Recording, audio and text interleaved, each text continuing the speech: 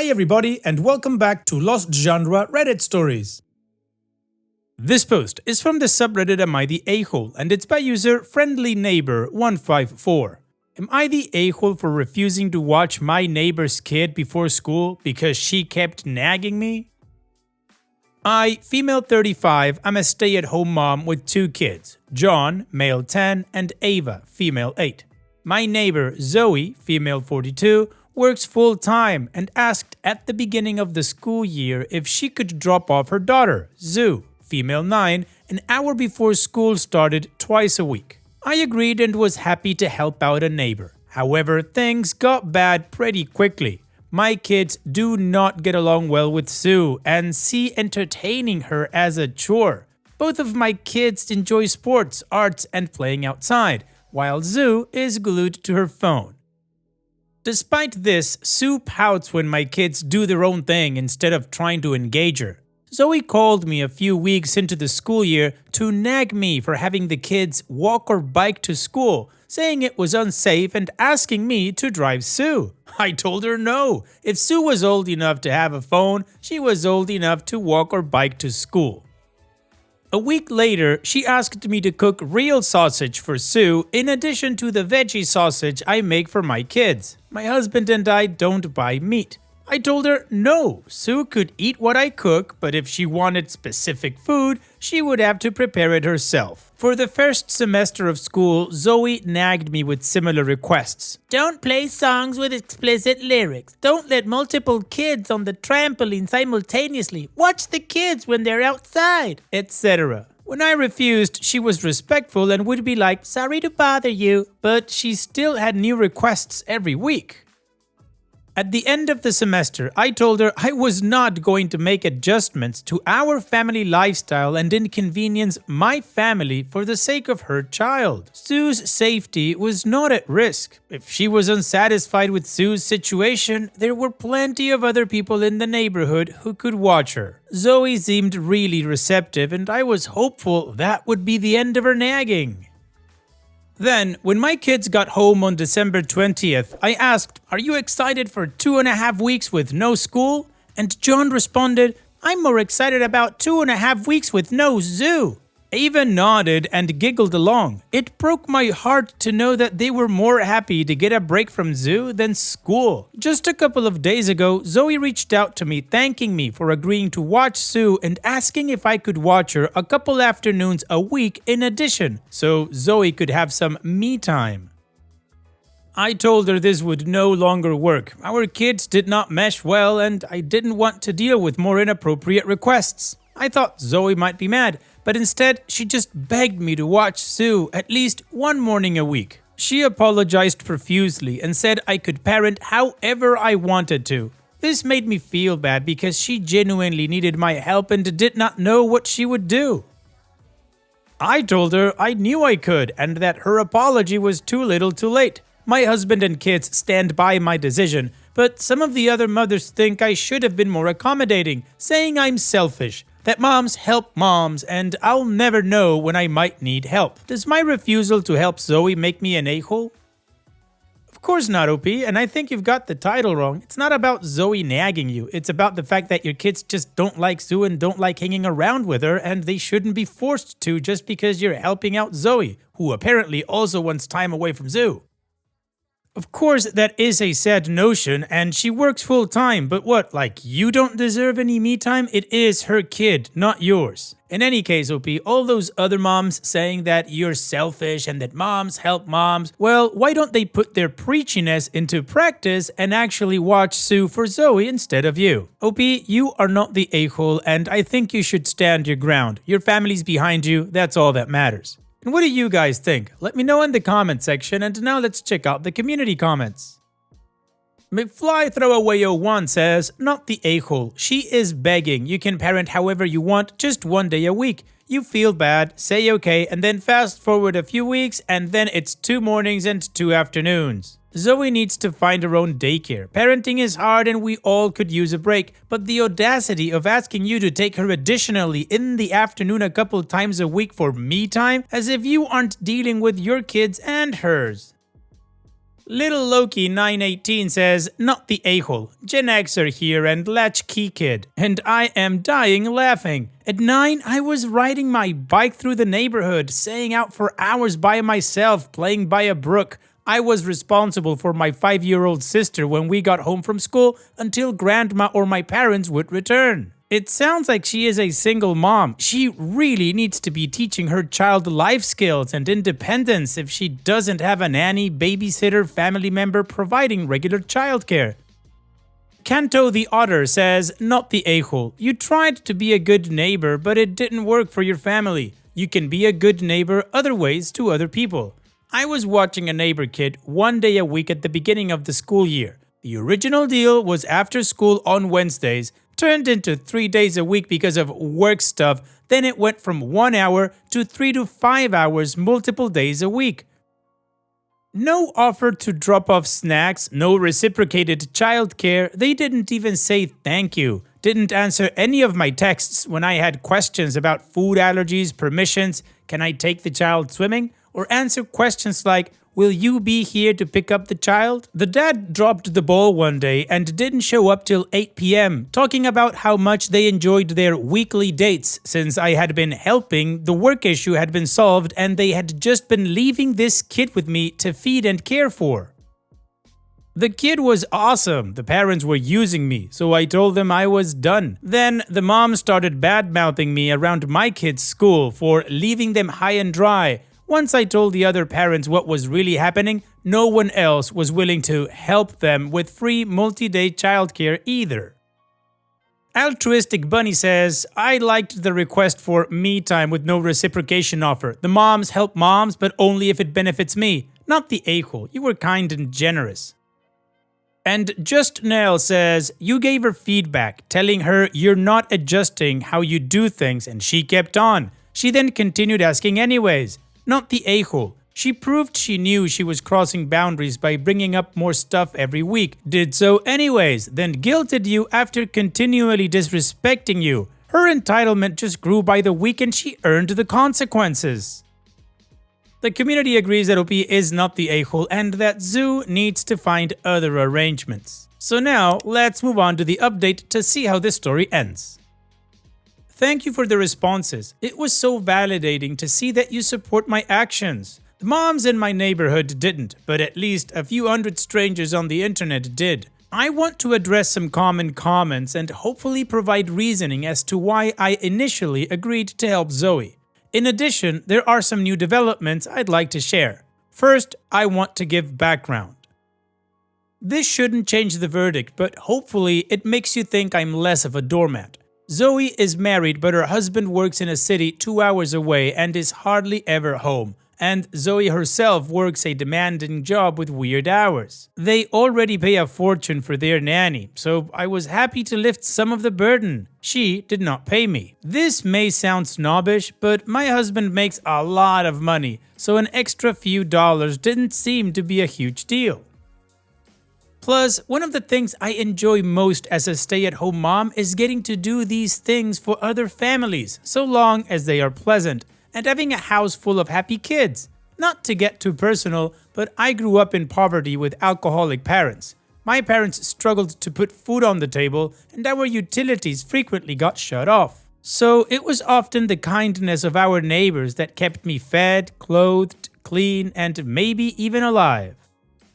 So yeah, in retrospect, I shouldn't have agreed to do so much for Zoe for free, and I have learned from my mistakes, but hopefully this can help you understand why I did it in the first place. Now on to the story. One of the moms who is close to me, Jen, reached out asking what happened with Zoe.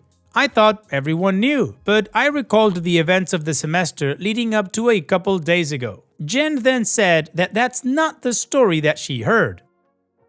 Zoe had told everyone that she paid me $100 an hour and that I let the kids watch R-rated shows and eat candy for breakfast, and I called her a stuck-up bitch when she asked me not to. She told them my kids bullied Sue so relentlessly that she came home crying every day she came to my house, and that I encouraged said bullying. When Zoe complained about this to me, I supposedly denied it. To top it off, I demanded Zoe pay me $200 an hour or I would stop watching her little brat.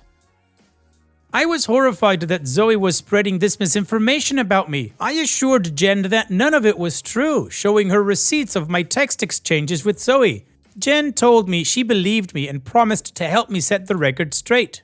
I just don't know what to do because none of the moms will talk to me and all of the playdates John and Ava had scheduled were cancelled. I worry because even if we can convince everyone that Zoe is a liar, people will still be suspicious of me. My family has only lived in this town for a couple of years and Zoe's family has lived here much longer. I can take my reputation being tarnished, but I worry especially for my kids. I don't want their friendships to be ruined by some girl who can't accept my decision to not provide free childcare. Wow, OP, Zoe absolutely sucks. But she kind of painted herself into a corner here. If all of her lies would actually be true, why would she ask you to continue doing childcare? I mean, the moment a good or decent parent hears that the person taking care of their kids lets them watch R-rated shows, feeds them candy for breakfast, allows their kids to bully your kid, and demands that you pay $100 and then $200 an hour for, then yeah, you would take your kid out of that situation right away. So I'd expose Zoe and I'd ask her, well, if I'm such a bad caretaker, why would you let me watch your kid for a whole year and then beg me to continue doing it? I mean, that's why the moms were so mad at you, right? Because you weren't helping out a neighbor? Anyway, OP, hopefully you can expose Zoe for the liar that she is. In the meantime, here's wishing you the best in the future. Thanks so much for sharing and take care. And now, let's move on to the next post that also has an update. This post is from the subreddit Am I the A-hole and it's by user Ayad2020A. Am I the a-hole for suggesting to my friend next time she can bring her own food? I'm wondering if I was the a-hole here. So, I love cooking and love to host. Bearing in mind all of us, including me, are Muslim and we all eat halal meat. One of my friends became vegan last year. When we go out for meals, we try to accommodate her by going to places that facilitate vegan food. That limits most of our choices as most places that serve halal food don't cater very well to vegan food. Now, we moved to a new place and I decided to invite friends over for dinner. I called my vegan friend beforehand and asked her what she would like me to make and what brand she wanted me to use. I assured her I would cook everything separately for her so there would be no cross-contamination. Food was served and she liked it. One of my friends brought for dessert homemade cheesecake that her mom made. I had already brought a vegan dessert for my friend, so I assumed no problem. Well, she had a meltdown and screamed at the person who brought the cheesecake. I asked her to calm down and not raise her voice in my house. She took offense and left and said I didn't appreciate her. Mind you, for a whole year we catered to her choice of food and places to eat out. Later on, we decided as a group that we couldn't let her selfish antics affect us. In a group chat, we discussed going out in 2 weeks to this new halal buffet opening in town, and we checked it did have vegan products. Well, said friend straight away objected, so I told her when we go out next time, you can bring your own food and we can enjoy eating out. Am I the a-hole?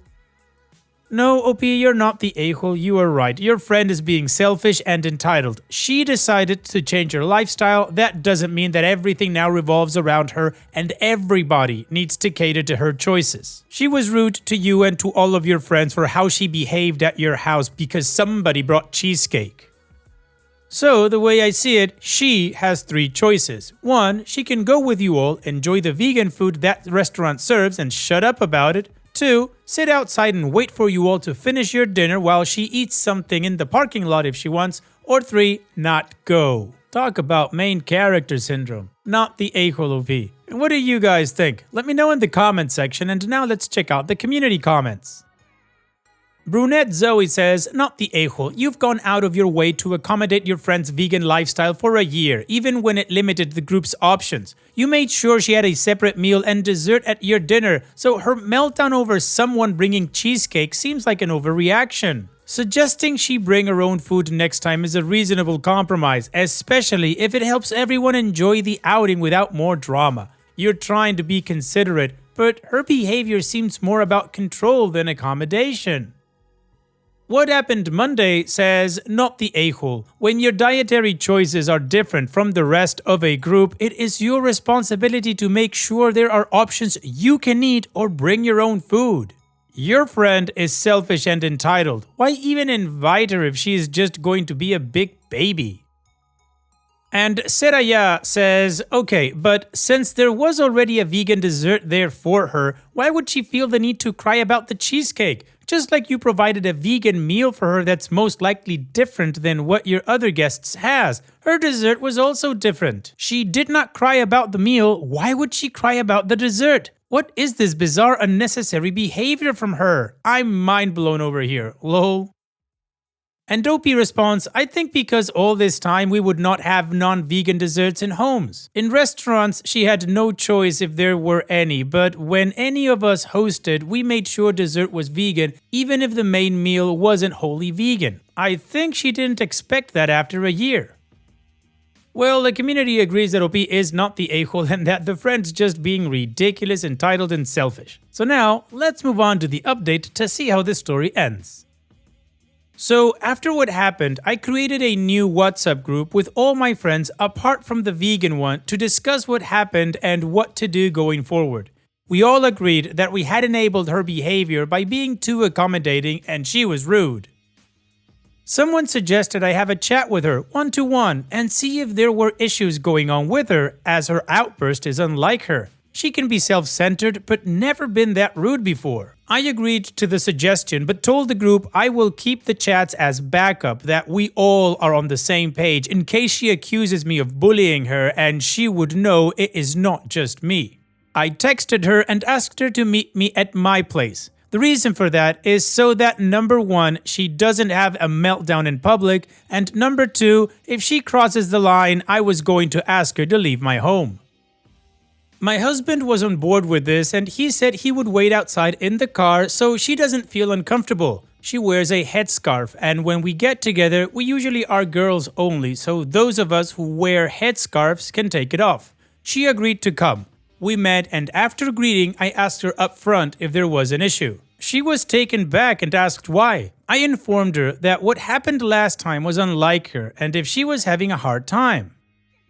She denied it in the beginning but then burst into tears. That day, she had an argument with her fiancé in regards to her future mother-in-law. She is the only vegan in the family and wanted the wedding menu to be all vegan. In our culture, Middle Eastern, the groom pays for the wedding and her mother-in-law said that while some of the menu can cater to some vegan dishes, there will be non-vegans as well for others. And her mother-in-law said that it's not up for discussion as they are paying for the wedding. Her fiancé, while he supports her, agrees with his mom as he stated to her that she can eat what she wants, but he is non-vegan and will not adhere to her diet at home or when eating out. I asked what happened since. She said relationship is shaky and she gave him an ultimatum, either her and her views or his mother. He bluntly told her that while he loves her, he wants a partner that would accept both him and his family. He said if his mother disrespects her or anyone else in his family, he would berate him and defend her, but in return, she has to also give the same amount of respect back to him and his family. I asked her, did her mother-in-law ban vegan food from the menu completely? She said no. She said they will be both. I asked her when she visits her fiancé's family, do they provide vegan food for her? She said yes, they do. I told her she was selfish and only thought of herself.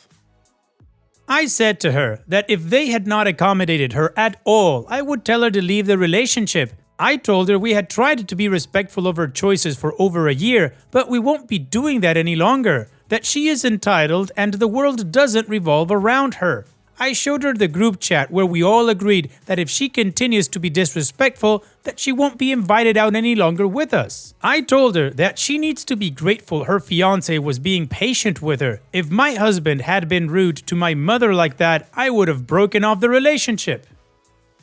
She raised her voice at me and slapped me all of a sudden. I told her to get out of my house before I called the police for assault. She said, "Who would believe you?" Then I told her I had recorded our whole conversation, in case she lied later on. She left and I messaged the friend group, explained what happened and told them I am done with her and if they want to hang out with her, I am fine with it. Just tell me as I don't want to see her. They were all shocked and I am now grieving the loss of a friend who I've known since I was 11 years old. And that's how you do it. That's how you effectively lose all your friends and put your relationship at risk by giving stupid ultimatums. OP, it is a sequence of unfortunate choices that your friend is making, but you don't need to stand for it. You already have been accommodating her for over a year. Hopefully she realizes that she's wrong and apologizes. If not, well, you keep enjoying going out to dinner with your friends. Take care, OP, and thanks for sharing. And that's it for today's video. Thank you so much for taking the time to watch it. Now, if you've gotten to this point in the video, I assume that you like these stories that I'm reading out. So here are a couple more that you might enjoy. And if you don't have any time to watch another story right now, save it for later. And also, don't forget to hit that subscribe button.